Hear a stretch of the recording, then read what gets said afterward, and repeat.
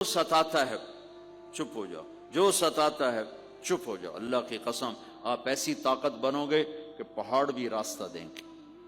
صبر انسان کی سب سے بڑی طاقت ہے، صبر انسان کی سب سے بڑی طاقت ہے، صبر انسان کی سب سے بڑی طاقت ہے، الٹا کے رکھ دیتی ہے چیزوں کو۔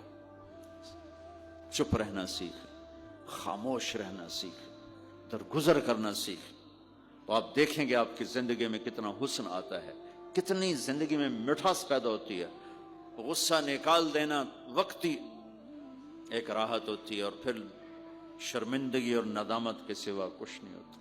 اور پی جانا، سہ جانا، یہ آپ کو ایک عظیم و شان ہستی بنا دے گا۔ آپ کی دعائیں عرش سے جا ٹکرائیں گی۔